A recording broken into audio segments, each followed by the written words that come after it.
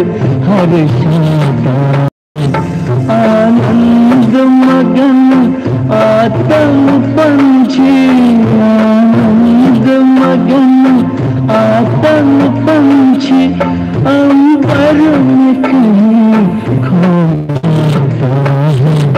भगवान तुम्हारा ज्ञान सिमर कर।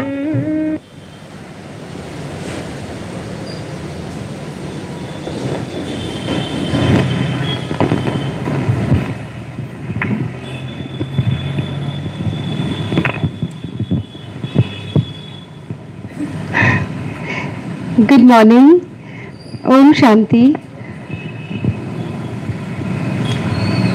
अनुभव तो हम सबको होते हैं जब हम सब मधुबन जाते हैं, और हमें भी वैसे ही बहुत बहुत प्यारे अनुभव हुए। कुछ पॉइंट्स लिख के आई ताकि मैं कुछ मिस ना कर दूं और कुछ अलग ही उसमें ना चली जाऊं, तो मैंने पॉइंट्स बनाए हैं। तो सबसे पहले खुशी बहुत ज़्यादा हुई कि मम्मी पापा को लेके जा सकी। उर्मिला बहन साथ में आई, मम्मी पापा दो, प्रोग्राम बन गया। देखो ड्रामा, और खुद ड्राइव करके गई, तो पहली बार इतनी लंबा ड्राइव मैंने खुद किया। और जब मैं गाड़ी में जा रही थी तो एक्चुअली मुझे क्या फीलिंग आ रही थी, क्योंकि पांडव भवन भी जाना था, तो मुझे लग रहा था 4 धाम की यात्रा जो करते हैं हम, तो मुझे ये लग रहा था कि जैसे श्रवण ने अपने माता पिता को 4 धाम की यात्रा कराई और वो लेके गए थे, ऐसे मुझे श्रवण वाली फीलिंग आ रही थी कि मैं श्रवण हूँ और अपने मम्मी पापा को 4 धाम की यात्रा करवाने जा रही हूँ। हाँ, मॉडर्न श्रवण है, इसलिए हम गाड़ी में जा रहे थे। अच्छा, रास्ते में इतना मजा आया क्योंकि उर्मिला बहन साथ में और साथ में दुर्गा बहन भी थे, और हम लोग डिस्कशन थोड़ा करते करते जा रहे थे। तो मम्मी का अपना चल रहा था, उर्मिला बहन अपना बाबा बाबा कर रही थी, दुर्गा बहन अपना, मतलब गाड़ी का माहौल भी बहुत मजेदार था। तो एक जर्नी भी बहुत अच्छी रही। और फिर जैसे ही हम पहुंचे मधुबन, तो जैसे कहते हैं कि जैसे है, सच्ची बात है कि मधुबन घर हम सबका मायका है, तो एक लड़की जैसे अपने मायके पहुंच जाती है और जो उसको खुशी मिलती है वहां पहुंचकर, वैसी खुशी मुझे मिली, अनुभव हुई। और दीदी ने बहुत अच्छा इंतजाम किया था रहने का, एकदम अच्छी ट्रीटमेंट मिल रही थी। वो तो कहीं भी रह लो, मधुबन घर में तो हमें कुछ ऐसा है नहीं अभी, लेकिन मम्मी पापा पहली बार गए थे, उस हिसाब से बहुत अच्छी दीदी ने अरेंजमेंट्स करे थे। उसके बाद एक फनी इंसिडेंट भी बता देती हूँ, जो रात को, क्योंकि उर्मिला बहन के साथ में रही और मतलब काफी कुछ सीखने मिला उनसे भी। जो इतने पुराने बच्चे होते हैं, बाबा के प्यारे बच्चे होते हैं, उनसे भी हम काफी कुछ सीखते हैं ना। जैसे पिछली बार मैं शीतल बहन के साथ गई थी, तो योगी आत्मा है, 2 बजे उठ जाती थी मुझे आदत नहीं थी, तो वो वहां से मुझे वो भी इंस्पिरेशन मिली थी। और इस बार उर्मिला बहन के साथ जाकर मुझे ये समझ में आया कि जितना सिंपल रहेंगे, बाबा के बच्चे बनने के बाद और सिंपल बनना चाहिए।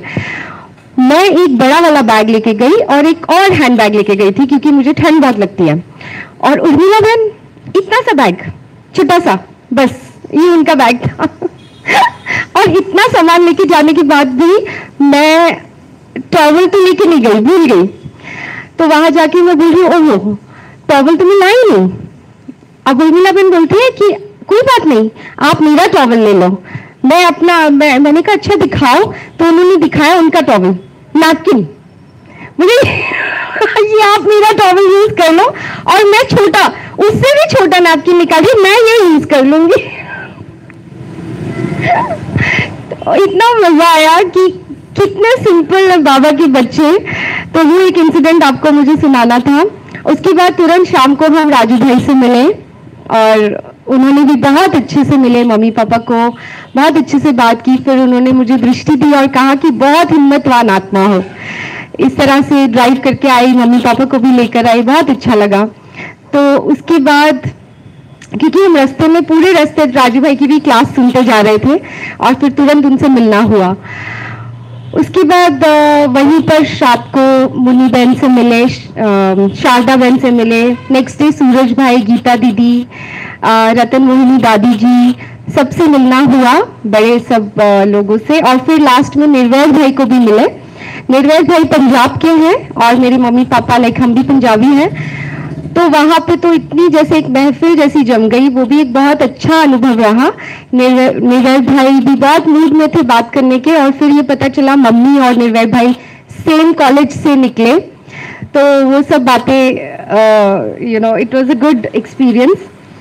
और हाँ, मधुबन का जो डायमंड हॉल का अनुभव है, वहां पर जब हम रहते हैं तो रोज अमृत वेला, म्यूजिक क्लास वहां पर जो हम सुनते हैं, उसका एक अलग ही मजा आता है। और बाबा मिलन का तो अनुभव ही अलग होता है, एक डिफरेंट वाइब्रेशंस हो जाते हैं, तो वो तो बहुत सुंदर अनुभव रहा ही।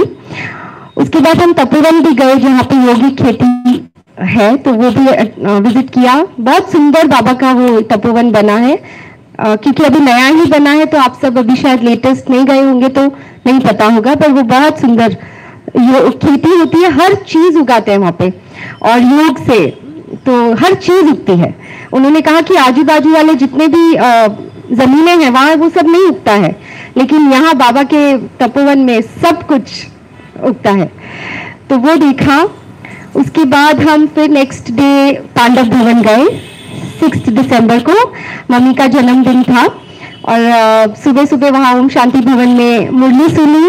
उसके बाद 4 धाम की यात्रा, और उसके बाद हमने सरप्राइज रखा था ज्ञान सरोवर में, तो केक कटिंग हुआ। वहाँ निर्मला दीदी से मिले, उन्होंने ही सब किया, और मैंने ऐसा कुछ अरेंज किया था। सुभाष भाई, नितिन भाई, जितने भी भाइयों को जो ज्ञान सरोवर में रहते हैं उनको मैं जानती थी, तो सबको बुला लिया कि चलो सेलिब्रेट करेंगे।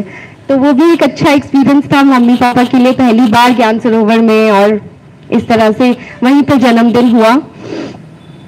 फिर पांडव भवन में हमने शीली दीदी, शशि दीदी, सबसे भी मिलना हुआ, और सब थोड़ा थोड़ा फ्री थे क्योंकि लोग भी कम आ रहे थे, विजिटर्स नहीं थे, बाबा के बच्चे कम थे, तो अच्छे से सब हमको टाइम दे रहे थे, सबके साथ हम अच्छे से बैठ के बात कर पा रहे थे, तो वो बहुत अच्छा अनुभव था। फिर शाम को हम पीस पार्क भी गए, और वहाँ पे सतीश भाई जो म्यूजिक बाबा के बच्चे बनाते हैं उनसे मिले, और वहाँ उनकी शूट चल रही थी। जो यूट्यूब चैनल है उनका म्यूजिक गॉडलीवुड म्यूजिक चैनल, उसकी शूट थी आपकी फरमाइश का। वहाँ पे उन्होंने मुझे भी थोड़ा सा मौका दिया कि अपनी फरमाइश बताओ, और यही वाला सॉन्ग भगवान तुम्हारा, तुम्हें पता था क्या कि मेरा फेवरेट सॉन्ग है, मैंने यही वाली फरमाइश की थी। और फिर उसके बाद वहाँ पे जो बहन हेड है गॉडलीवुड स्टूडियो में, जो सब ध्यान रखती है, उन्होंने मुझे गॉडलीवुड स्टूडियो भी बुलाया था। निकलते टाइम बोले आप एक बार चक्कर लगाइएगा, और फिर उन्होंने एक शो ऑफर कर दिया मुझे कि आप एंकर करो, होस्ट करो एक शो। तो वो एक देखते हैं कब होगा, डॉक्टर सतीश गुप्ता का शो है फिट एंड फाइन, तो बोले कि आप ये शो अगर आप आ सकते हो तो आप आइए और हम शोज ये करेंगे। बाबा सेवा कराते रहते हैं, मैं यही कहती हूँ कि बाबा यूज करो, सेवा कराओ जितना हो सके। और फिर हम देलवाड़ा टेम्पल भी गए, देलवाड़ा मंदिर भी गए थे वहां पर, क्योंकि मैं मुरलियों में बहुत सुना लेकिन कभी भी मैं गई नहीं थी देलवाड़ा मंदिर, तो मुझे देखना था कि बाबा क्या कह रहे हैं। तो हम जब गए तो हम देख रहे थे, सब समझने की कोशिश कर रहे थे कि क्या कहते थे बाबा, क्या कहते हैं, लेकिन इतना एग्जैक्टली समझ में आ नहीं रहा था। ऐसा था कि कोई हमें एक्सप्लेन करे तो पता चले। और देखो बाबा ने हमें एक भाई भेज दिया, वहां पे एक भाई आए हुए थे ब्रह्म कुमार के, वहीं शांतिवन से आए थे 2 बच्चों के साथ, 2 यंग बॉयज के साथ, तो उनको गाइड बन के समझा ही रहे थे, और हम भी उनको वहां दिख गए। तो उन्होंने बहुत अच्छा वहां पे हमें पूरा एक्सप्लेन किया दिलवाड़ा मंदिर का, तो वो भी हुआ। उसके बाद नुमा शाम हुआ, पांडव भवन में नुमा शाम किया तपस्या भूमि में, तो वो एक बहुत प्यारा अनुभव था। और ऐसे करते करते हम लेट हो रहे थे, 9 बजे तो कर्फ्यू हो जाता है, 8:30 तो ऐसे ही बज गए थे क्योंकि भोजन भी लिया। और देखो जाते जाते हमें सूरज भाई जी की क्लास थी मेडिटेशन हॉल में, तो वो एकदम से सामने आ रहे थे और हम निकल ही रहे थे, तो इतनी मैं खुश हो गई, बहुत खुशी खुशी। मैंने बोला देखो कितनी भाग्यशाली आत्मा, मैं कितनी भाग्यशाली हूँ। तो बहुत खुश हुए, मिले, बोले तुम तो बहुत अच्छा कर रही हो, उद्धार कर रही हो, मम्मी पापा को ले आई, कन्याएं यही तो करती हैं, ऐसे ऐसे बात कर रहे थे। और फिर मैंने बोला अच्छा चलो अभी सूरज भाई जल्दी से वरदान दे दो तो उन्होंने मुझे अच्छी सी दृष्टि दिया, फिर मुझे वरदान दिया कि सफलता मूर्त भव। तो वो मुझे बहुत ही जैसे नशा चढ़ गया कि पांडव भवन भूमि, तपस्या भूमि पर खुद जैसे बाबा से ही मुझे वरदान मिला, मुझे ऐसा ही फीलिंग आई। और फिर मैं इतनी खुश हो गई, दुर्गा बहन मेरे साथ थी, उसको मैंने ऐसा किया तो वो भी सोच रही होगी इसको क्या हुआ है। फिर हम पूरे रास्ते जब वापस जा रहे थे तो मुझे यही नशे में थी। और हम शिमला को याद कर रहे थे क्योंकि मैं शिमला में पढ़ी हुई हूँ, तो माउंट आबू शिमला जैसा ही लगता है ना, तो मम्मी पापा शिमला की बातें कर रहे हैं, सब कर रहे हैं, पर मैं जैसे अलग ही दुनिया में, मैं अपने नशे में थी कि मुझे तो आज वरदान मिल गया बाबा से सफलता की मूर्त का। फिर हम जैसे ही नीचे आए शांतिवन, मैं रूम में नहीं गई, मैं सब कुछ छोड़ दिया, मैं बाबा के कमरे में जाके बैठ गई क्योंकि मैं नशे में थी कि वाह मुझे बाबा आपने क्या वरदान दिया है। और मैं बैठी थी तो पहले कोई थी वहां पे कमरे में, तो मैं सिंपली बैठी थी, लेकिन जब वो चले गए तो मैं और बाबा मैं अकेली थी रूम में, तो मैं जैसे बाबा के साथ बात करने लग गई। और जैसे बाबा की फोटो सामने और बाबा के साथ मैं बात कर रही हूँ कि बाबा मैं कितनी भाग्यशाली हूँ ना, कितनी पद्मा पदम भाग्यशाली हूँ ना, मैं ऐसे बातें कर रही हूँ बाबा के साथ, है ना है ना है ना, ऐसे कर रही हूँ जैसे किसी बड़ों से बात करते हैं, कितनी भाग्यशाली। और मुझे लिटरली लगा कि बाबा ने ऐसे सर हिलाया, हाँ बच्ची हाँ तुम बहुत भाग्यशाली हो। और फिर बात चली रही है हमारी, और उसी वक्त कोई बाहर एकदम से मुझे कोई आवाज आई, लगा कि कोई आ रहा है शायद, तो मेरा कंसंट्रेशन वहां से हट गया, तो मैंने ऐसे बाहर देखा और फिर वो अंदर नहीं आ रहे थे, बाहर ही थे, तो मैंने वापस बाबा की तरफ देखना शुरू किया और मैंने कहा चलो लेट्स कंटिन्यू आवर टॉक, जो बात चल रही थी। फिर मैंने बोला है ना बाबा तो मैं बात ही कर रही हूँ, लेकिन फिर मुझे कुछ जवाब नहीं आया। लेकिन उसके पहले मुझे ये जरूर अनुभव हुआ कि जैसे बाबा ऐसे ऐसे कर रहे थे। तो इससे मुझे एक चीज समझ में आई कि जब हम ध्यान में होते हैं, जब हम बाबा को याद कर रहे होते हैं, तो फुल कंसंट्रेशन, मतलब कंसंट्रेटेड याद, यानी उसके बीच में कहीं अगर हमारा ध्यान इधर उधर हो गया तो फिर वो टचिंग और वो सब नहीं आ सकता है। ये भी एक मुझे इस दिन सीख मिली कि जब बाबा के साथ बात कर रहे हो, बाबा का ध्यान है, तब मैं और बाबा, तीसरा कोई नहीं आ सकता। तो ये भी एक उस दिन मैंने सीखा बस। और उसके अगले दिन फिर हम जगदीप भाई से भी मिले और करण भाई से भी मिले, जो रात को 2 बजे वाला करवाते हैं, शीतल बहन, महेंद्र भाई सब है, रात को 2 बजे करते हैं। तो वो आए, उन्होंने बहुत मोटिवेट किया, बहुत इंस्पिरेशन दिया कि आप 2 बजे उठना चाहिए, जो 2 बजे वाले वरदान होते हैं वो अलग ही होते हैं।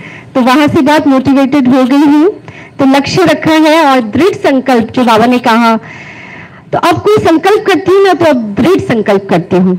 ये मैंने इस बार मधुबन जाके अपने अंदर शक्ति को भरा है और ये किया है कि दृढ़ संकल्प कि कुछ भी, यानी लक्ष्य है कि मैं 2 बजे भी उठना शुरू करने वाली हूँ। और आज से ही मैंने मेरे नए किचन में भोग लगाना भी शुरू कर दिया है, मेरा नया किचन बना है तो मैंने भोग लगाना शुरू किया। That's it. बस मुझे यही कहना है कि हम सब बहुत भाग्यशाली हैं, हमें हर वक्त ये नशे में रहना चाहिए कि जिसे पूरी दुनिया ढूंढ रही है वो हमें मिल गया है। इस नशे में रहो कि कौन मिल गया है, तो सब कुछ मिल जाएगा अपने आप। That's it. Thank you. ओम शांति।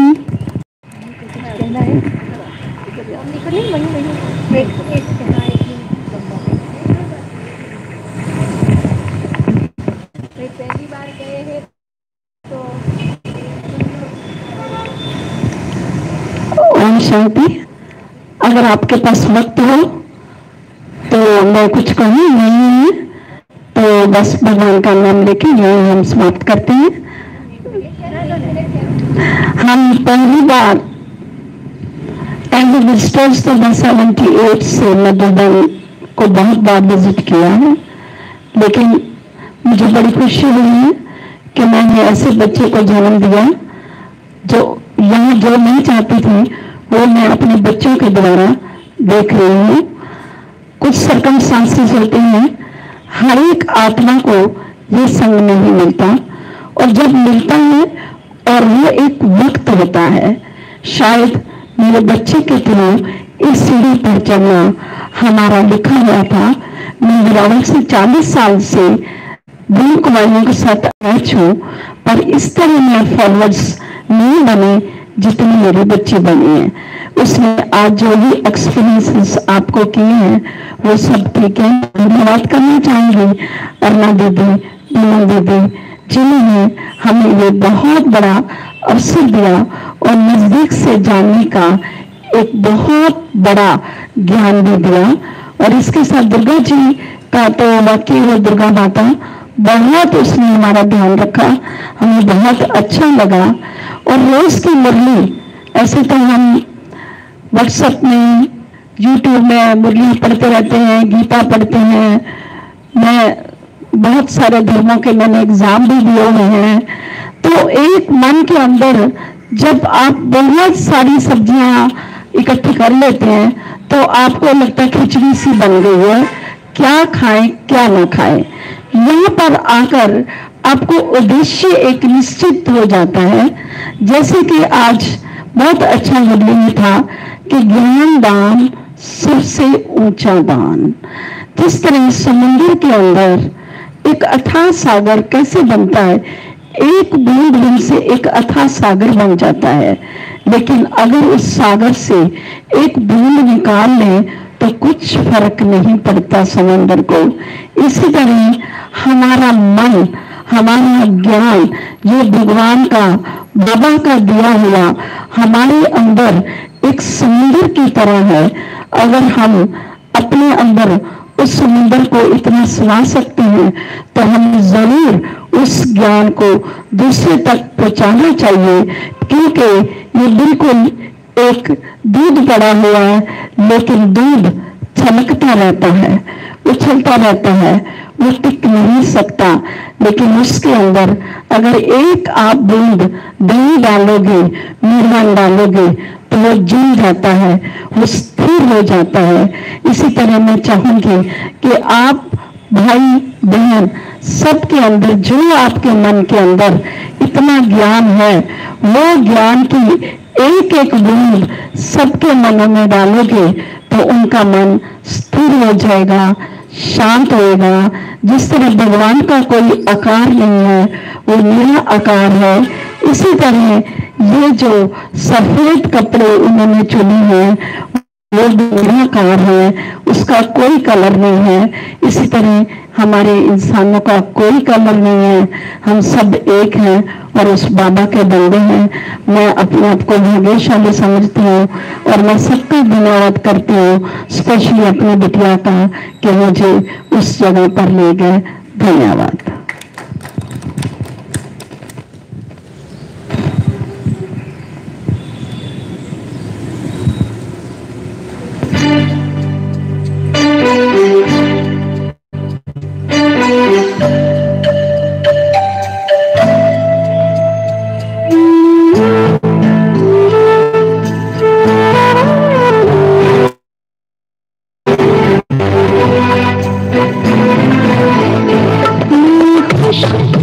नसीब होगा मुझको